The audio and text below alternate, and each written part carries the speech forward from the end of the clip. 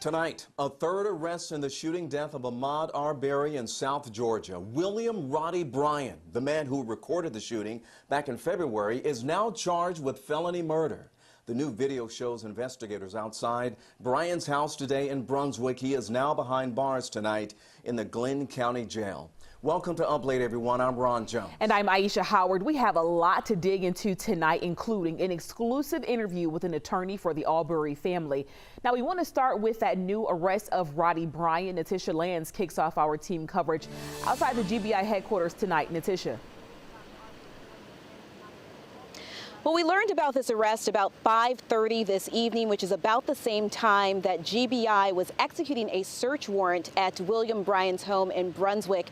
Now, Bryan's arrest comes about 2 weeks after the arrest of father and son Gregory and Travis McMichael for the death of Ahmaud Arbery.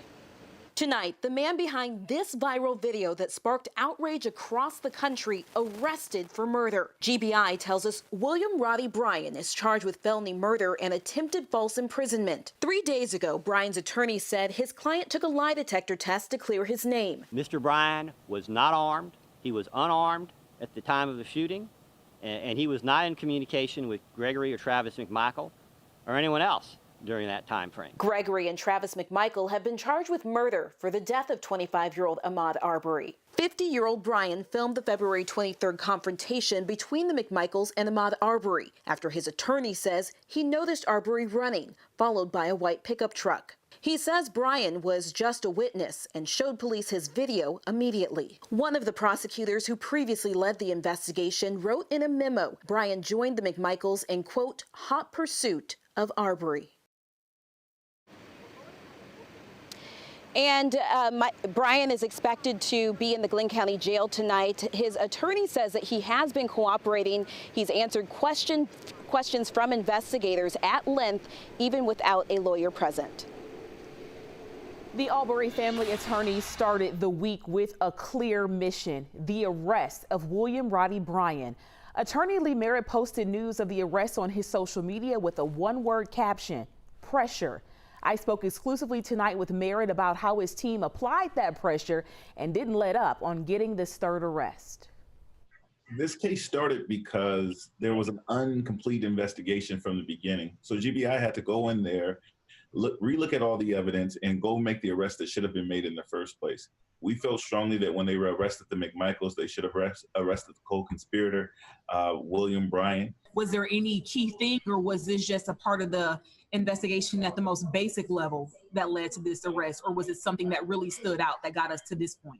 Obviously not into the shoes of the GBI. It's interesting that just yesterday they went into the home of the McMichaels. I'll be interested to see what they recovered that may have given them the probable cause they needed to go ahead and make that arrest. But I believe with the video evidence and the original police statement, there was more than enough probable cause to charge Mr. Bryan for the crimes that he was charged for today. He's facing a murder charge. His lawyer has been on national television and has maintained via this lie detector test that he didn't have a weapon, he didn't have a conversation with the McMichaels, and that this was not the intent in regards to his involvement. But he is facing a murder charge. Now, can you tell me anything about where that stems from? We often see felony murder charges for people who go along with others who eventually commit the crime of murder. And so we knew that that was appropriate from the beginning. The lie detector test, which isn't credible evidence, is not something that's admissible at court. And the whole campaign, the media campaign to really distract the public as to his role, wasn't going to be able to overcome the facts in the case that showed that he played a significant role in it. But for his actions in blocking Ahmaud in and cutting off his path of exit, Ahmaud will probably still be alive today. What's next? Well, obviously, we want to see the arrest lead to a formal indictment, then a vigorous prosecution and conviction.